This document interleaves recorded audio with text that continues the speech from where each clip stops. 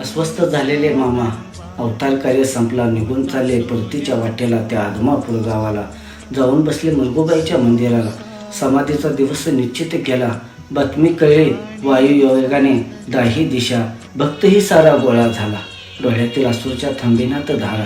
देव माझा बोलायला लागला, अरे थकले शरीर माझे, आतुर झाले नवा जन्म घ्यायला. जगाच्या पाठी उघड्यावर सोडून चाललो मी माझा प्रपंच. माझी मेंढरं लेकरा बाळांचा तुम्ही सांभाळ करा. चारा द्या, पाणी द्या.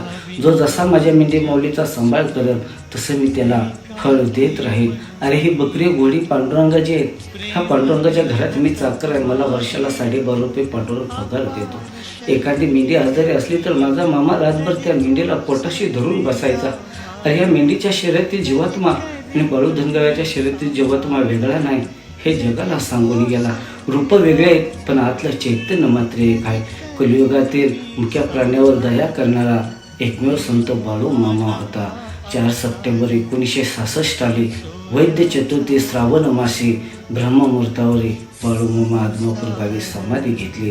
बाळूमामांची प्राणज्योत ही आदमापुरात विसावली. बाळूमामांची प्राणज्योत ही आदमापुरात विसावली. बोला जय बाळूमामा.